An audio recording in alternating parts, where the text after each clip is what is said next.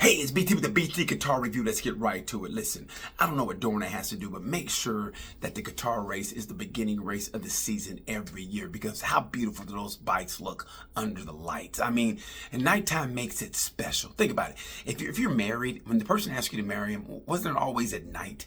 Or maybe a picnic, but no one does it in the morning. No one says, hey, you gonna be my wife? At 9 o'clock at a Denny's before the Grand Slam hits the table. No, you do it at night because it makes it special. And like I always say, just if you ride a motorcycle, it makes somebody who's not attractive attractive. You know what I mean? That's what it's like. It's like you could put Wheezy Jefferson on a Grom and be like, damn, she can get it. What's up, Wheezy? Have you seen George? I'm looking for George. And you go, maybe not. But still, listen, let's get right to it. Moto 3, the Romper Room kids did the damn thing. Watching Moto 3, that Moto 3 race, it's like watching kids have a fight at a Chuck E. Cheese. You know, they're all just going at it. And instead of breaking it up, you go, listen, whoever walks out of that pit first gets a free pizza. And kids go, oh, really? Free pizza? And they start going. Even the rat takes his hat off and starts beating kids up. And that's what Moto 3 is, man. It's like the Romper Room kids inside of Chuck E. Cheese in an all-out brawl. And Angel Paceres is the dog of the dogs. That's why he won. Watch him the rest of the year. Angel Paceres is that dude. He's my ride of the race. The heartbreak goes to Rueda. Damn, I feel for Rueda. His bike conked out on him. Not his fault. Moto 2, props to Aaron Canet. Had the worst start you could possibly have. Dropped back to like 14th from the front row, and he ended up winning. So props to him. Jake Dixon is my heartbreak. Jake Dixon, Shaky Jake, it happens to the best of us, right? It really does. So, Moto 2, it's going to come down to the end of the year. Watch Diego Moreira and Daniel Helgada. It's not tough, Helgada. Helgada is like Aaron Canet without the tattoos. He really is. Watch him. Dude is built like a brick shithouse, got the thick neck. Remember, he had a bloody nose in Phillip Island a couple of years ago. Who gets a bloody nose in racing? He literally had a bloody nose, literally. So watch out for Helgado. Moto 2 is going to come down to the last race of the season, which way it should. That's racing. But I just think Aaron Canet has a little bit something special this year. If you follow him on Instagram, he's all about the mind. He's just in a different place mentally. I think this is his year. I think. That's what I think. Anyway, let's go to MotoGP. Ride of the race for me goes to Pecco Bagnaia. Listen, because he went from 11th to 2nd, and he only got 2nd because Maverick Vinales got pinched. And we're going to get to that later. But Pecco did it to himself, right? If he would have qualified better, it may have been a different GP. But like I always say, if ands and buts were Christmas presents, we'd all have a Merry Christmas. But in this case, Pecco Bagnaia went Christmas shopping at 5:58 on Christmas Eve. Stores closed at 6. Catch my drift. Props to Pecco for doing the damn thing. And hey, man, and Frankie kind of screwed him too, because Frankie kind of held him up and it ruined his tires. But anyway, like I said, it was his fault though. First of all, what other racetrack would you like to see MotoGP have a night race at? I mean, seriously, I think Qatar is underrated GP. If you get a chance, go to Qatar. It's an underrated GP. It's a pain in the ass to get there, but because it takes so long. But it's so beautiful. And if you do go there, mind your P's and Q's. It's a Muslim country, so you can't be doing an American shit, and all of a sudden you end up in jail, and ain't nobody gonna get you out of there, unless you got like $1 million. And pretty much you gonna stay in jail. So what other race would you like to see a night race at? Personally, I don't know why. Man, I'm not being a homer either, but I like to see a night race at Coda. I think Coda night. Well, maybe too many mosquitoes. It is Texas. I'm trying to think a night race for MotoGP. I would say Phillip Island, but I don't know. What would you guys like to see a night race in MotoGP? I'm thinking, that's a tough one. I asked a question. I don't even know the answer to that one. Maybe Mugello. Maybe Mugello at night. That'd be so beautiful. Anyway, tell me where you'd like to see a night race at MotoGP. Okay, let's get to the tire pressure issue. The heartbreak goes to Maverick Vinales and the reason is KTM expected Maverick to be in traffic, and they didn't expect him to lead the race, so they set the tire pressure different, and they could monitor it. That's why, look like Maverick went wide. He went wide on purpose to let Mark through, thinking he was going to get in his slipstream and never, get the tire pressure right. But, and I'm paraphrasing, I'm saying what Mark probably was thinking. He goes, hey, man, I'm on a Ducati, bro. I mean, I'm dictating the race. I mean, if I want you to be in my slipstream, you be in my slipstream. But you know what? You ain't going to be in my slipstream. Because I'm Mark Marquez, and I got a Ducati. So, see ya. And listen, and me personally, everybody knows this. I'm gonna say it. I say it once. I say it again. I love Marc Marquez more than any straight man could love another straight man. But Maverick is really close. I love Maverick, because Maverick is like that dude. Listen. If he would have won that race, he'd have been the first guy ever. Correct me if I'm wrong. The first guy ever to win on 4 different manufacturers. Damn.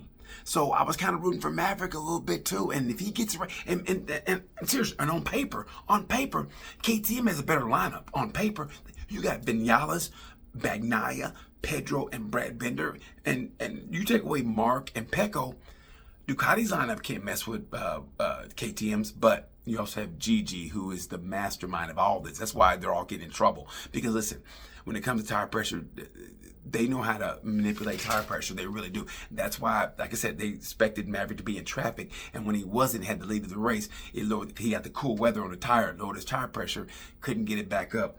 And that's why they were where they. Like I said, they can monitor it. That's why Maverick went wide on purpose to let Mark through. And I'm paraphrasing Mark, but let's just be honest. Mark does a great job of just trying to be humble, but he's that dude. I mean, remember during the press conference, they go, "Hey, were you worried when Frankie got the lead?" And he goes, "Nah. Nah.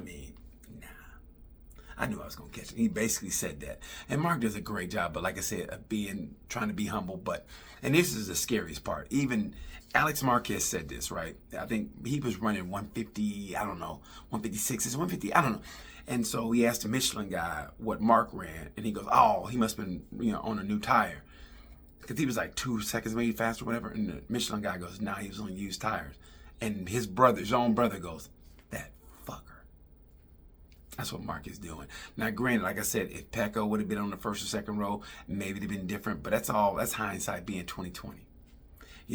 It's like talking to a girl that you used to like, but you didn't think she'd like you. And then 10 years down the line, after she has 3 kids and been married 10 years, you go, "Well, you like me?" She goes, "Yeah, but you never asked me out." Anyway, yeah, I would have definitely gone out with you. And you go, "Are you fucking serious?" And that's what that's like, man. That's just hindsight being 2020. But I'm gonna ask you guys a question now.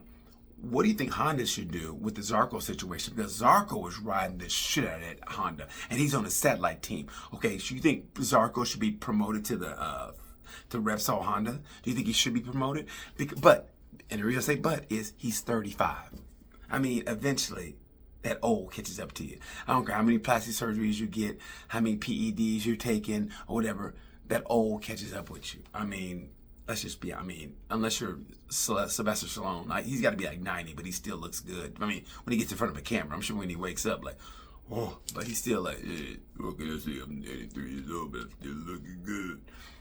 So one of these days, he's going to be old. I mean, so do you promote a 35-year-old Johann Zarco to Repsol Honda next year? And then that's when he gets old. He starts taking old man naps in between sessions, like, is it time? Is it QP2? So what do you do? And speaking of which, I love Johan Mir, but damn, dude, and I'm going to be blunt here. You get the shits at a GP and you have to pull it. I mean, go see a doctor or be like at least my mama used to do. When I go on a field trip, she'd make my own food, put in aluminum foil, and she knew I wasn't going to get sick because she's making food. So I don't know what's going on there. Go see a doctor. Take some Pepto-Bismol, some antacid, some Tums. I don't know. Do what you got to do, though, bro. But that's just almost unacceptable for Johan Mir. And I feel, if you've seen Johan Mir in person, trust me, even Karen Carpenter would be like, "You need a sandwich because you are thin." Yeah. So anyway, I feel bad for Johan Mir, but do you think Johann Zarco should be promoted to the Repsol Honda team? Maybe do a little switcheroo, put Marini on the satellite team and put Zarco there, or switch with Johan Mir. I don't know. Tell me guys what you think. Anyway, and think with the tire pressure, and I'm going to go back to the tire pressure thing again. It's almost like, listen, and they talk about Gigi. Who explains it in depth? If you go to the Paddock podcast, the Paddock podcast show with Dave Emmett and Neil Morrison and Alan Wheeler, they explain it better. But what I'm trying to say is, the technology is so great. It's like in baseball. Remember when Barry Bonds was accused of PEDs, and it's people who make PEDs are always a step above the people regulating the sport, right? They're going to bust you for steroids. What do? You make a masking agent, right? And so they're going to bust you this way. You make another kind of drug that masks that drug that you're taking. So they're always a step above. And Gigi D'Alenia, along with Mark Marquez, that's mad scientist meets mad scientist. It's like mad scientist meets Frankenstein, and you both get together, and that's what you're making. And you got Mark and Gigi together. I mean, they're not that they're not unbeatable, but still to beat them, it's gonna be pretty early in the morning to beat them. You got to kick a rooster in the ass to beat that team. But they go to Jerez, and when it starts in Europe, and that's when it's gonna be a whole different ball game. Watch out for me and Aldeguer. Watch out for Fabio DG. When he gets well, I'm telling you, man, now that they're in Europe, do what you got to do. If you get a chance to go to Jerez, sell what you got to sell, but go to Europe, go to Jerez. It's a great GP. If you got to sell your kid, if you got to sell some drugs, I mean, do what you got to do to get over there, but it's going to be a great GP. And once it starts in Europe, it's going to be a whole different ball game. They know the tracks, and you got one of the best bikes on the grid, and you know the tracks. It's going to be even greater racing. But this is definitely the race of the year, Qatar, definitely the race of the year. Tell me what stood out for you. As far as Alex Marquez goes, it was Mark's fault that he hit Mark, because Mark let off the gas because he almost lost the rear. That's why his wing flew off. And then when he hit DG, that was Alex's fault. That's why he said, "Hey man, my bad." And DG was like, "Yeah," he gave him the old Italian salute. So anyway, listen, I know it was rushed, whatever, but like I said, you have no idea what I'm going through to get this out. But yeah, that's what I really want to talk about. And like I said, when the tire pressure issue, like I said, man, I mean, they can regulate it, but I just think a 16-second penalty was way too much. But props to man, Vivek Vinales. Like I said, I love him more than any heterosexual man could love another heterosexual man. Him and Mark Marquez are my kids, and I love them because I remember when they were in 125s.